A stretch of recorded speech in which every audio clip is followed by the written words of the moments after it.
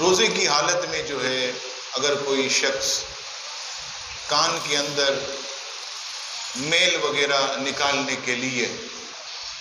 یہ جو cotton buds روئی جو ایک اسٹیک پر لگی ہوتی ہے، اکثر لوگ اس سے کان وغیرہ کے میل صاف کرتے ہیں، تو لوگ پوچھتے ہیں کہ کیا روزے کی حالت میں کاٹن بڈس یعنی میل نکلنے والی جو اسٹیک ہے اس کا استعمال جائز ہے؟ تو یاد رکھیے گا، اگر کوئی میل نکالنے کے لیے روئی والی اسٹک استعمال کرے یا کوئی بھی ایسی چیز جس سے میل نکالا جاتا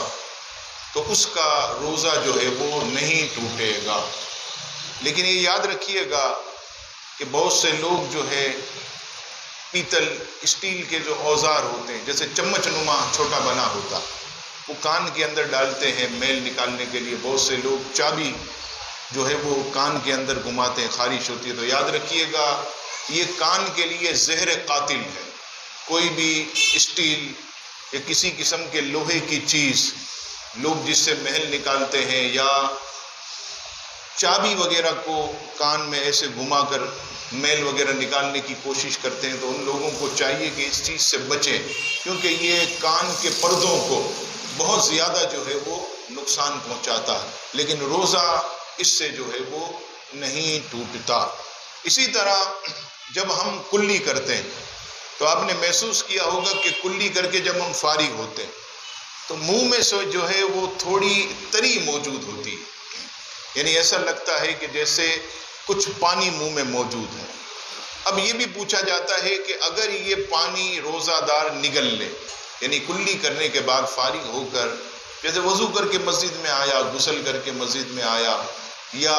کہیں گیا فارغ ہو کر، اور منہ میں جو ہے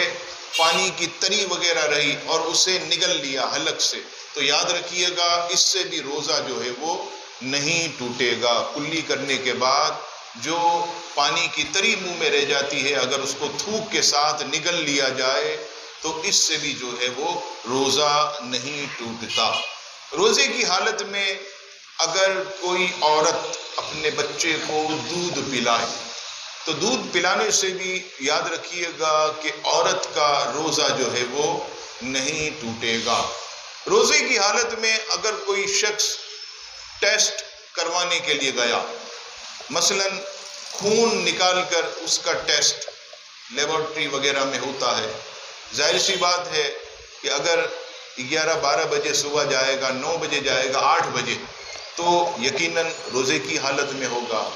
کیونکہ سحری کے وقت تو کوئی بلڈ ٹیسٹ کے لیبارٹریز وغیرہ کھلی نہیں ہوتی، کوئی ڈاکٹر میسر نہیں ہوتا۔ تو اگر کوئی شخص روزے کی حالت میں خون وغیرہ ٹیسٹ کروائے تو ایسی صورت میں بھی اس کا روزہ نہیں ٹوٹے گا۔ اسی طرح روزے کی حالت میں اگر کسی کو انجیکشن لگوانا پڑا، اچانک بیمار ہو گیا، بھئی کیا کرے، پیٹ کا درد ہے یا بدن میں تکلیف ہے، بخار بہت زیادہ چڑھ رہا یا اتر رہا ہے، تو ایسی صورت میں اگر روزے کی حالت میں وہ انجیکشن وغیرہ لگواتا ہے، چاہے غذا کا ہو، چاہے وہ کسی اور چیز کا ہو، دوا کا ہو، اس سے جو ہے وہ اس کا روزہ جو ہے نہیں ٹوٹے گا۔ اسی طرح جو ہے بعض لوگ وہ ایسے ہوتے ہیں کہ اپنے بچوں کو چبا کر کھلاتے ہیں۔ چھوٹا بچہ ہوتا ہے، وہ اس کی عادت پڑی ہوتی ہے کہ والدین اس کو چبا کر کے جو ہے وہ تھوڑا سا کھلاتے ہیں، تبھی جا کر اس کا پیٹ بھرتا۔ تو اگر روزے کی حالت میں کوئی شخص بے روزہ یعنی غیر روزہ کوئی شخص اگر موجود نہ ہو اور والد یا والدہ ہوں اور بچے کو سخت بھوک لگی ہے اور بچہ چبائی ہوئی چیز کھاتا ہے، تو اب جو ہے والد یا والدہ دونوں میں سے ایک کو یہ اجازت ہے کہ وہ صرف دانتوں سے چبا کر وہ غذا بچے کے منہ میں جو ہے وہ ڈال سکتے ہیں، لیکن اس کے بعد کوشش کریں کہ وہ اچھی طرح کلی کر لیں، کیونکہ اگر اس کھانے کے ذرات اس کے حلق میں چلے گئے تو پھر جو ہے وہ روزہ ٹوٹ جائے گا۔ یعنی اتنی احتیاط سے چبائیں کہ حلق کے اندر ذرات جو ہے وہ کھانے کے اجزاء وہ جو ہے وہ داخل نہ ہو۔ صرف چبا کر دانتوں سے بچے کے منہ میں ڈال دیں تاکہ وہ روئے نہیں، اس کا بھی پیٹ بھرے اور وہ جو ہے وہ پورا دن بھوکا جو ہے وہ نہ رہے۔ اسی طرح بعض شوہر، آپ جانتے ہیں کہ شوہروں کے بھی عجیب مزاج ہوتے ہیں۔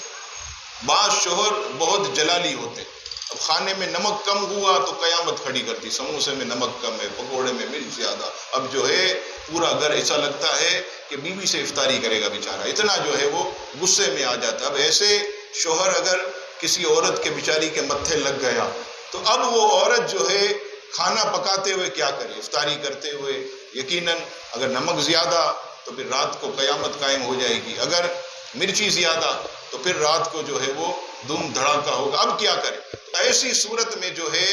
عورت کو صرف زبان سے سامنے سے چکھنے کی اجازت ہے کہ وہ کھانا پکاتے ہوئے تھوڑا سا زبان پر لے کے اسے چکھ لے کہ نمک جو ہے وہ درمیانہ ہے، کہیں زیادہ تو نہیں ہے، کم تو نہیں ہے، تو یہ فوراً چکھ کر اس کے بعد تھوک دے اور اچھی طرح جو ہے وہ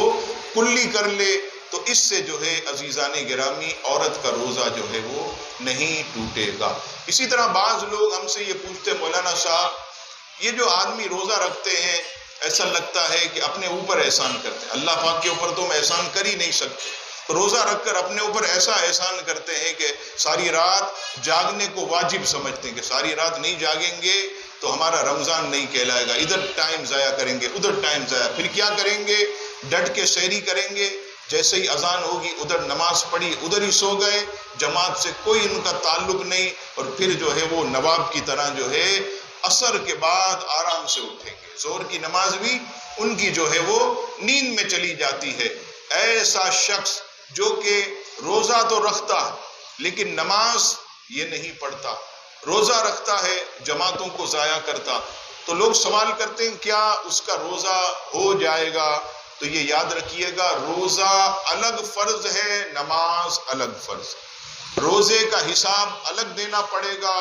نماز کا حساب الگ دینا پڑے گا، زکوٰۃ کا حساب الگ دینا پڑے گا، حج کا حساب الگ دینا پڑے گا۔ کوئی یہ کہے کہ میں نماز نہیں پڑھتا تو اب زکوٰۃ بھی کیوں دوں؟ ایسا الگ الگ فرض ہیں، ان سب کا جواب اللہ کے حضور دینا پڑے گا۔ تو اگر کوئی شخص روزے کی حالت میں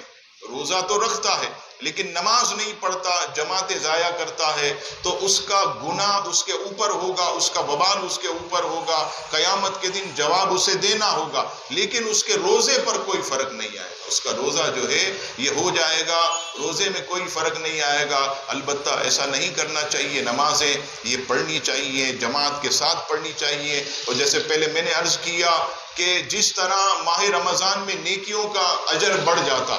اسی طرح گناہوں کا عذاب بھی بڑھ جاتا، یعنی اگر کوئی ماہ رمضان میں ایک گناہ کرے تو کئی گنا زیادہ جو ہے اس کے نامہ اعمال میں جو ہے وہ جرم جو ہے وہ لکھا جاتا۔ تو کوئی کسی نے جماعت چھوڑ دی، نماز چھوڑ دی تو اس کو زیادہ وبال ہوگا، اس کا احتیاط کریں۔ جب اللہ نے آپ کو روزے کی توفیق دی ہے تو نماز بھی پڑھیں، جماعت کے ساتھ پڑھیں۔ انشاءاللہ بقیہ مسائل کل آپ کی خدمت میں عرض کروں گا۔ رب کریم ہم سب کو ماہ رمضان میں روزہ رکھنے کی قوت اور نماز اور تراویح پڑھنے کی طاقت عطا فرمائے، آمین۔